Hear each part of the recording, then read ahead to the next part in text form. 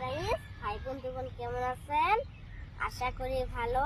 আমিও আছি ভালো ইনশাআল্লাহ। আপনাদের দোয়াতে আমিও আছি ভালো। এ দেখেন, এটা আমাদের ঘেরা। ওই দেখেন, এটা বিড়ি, ধান খেত। ওই যে ওটা নদী। এটা আমাদের গাঁও।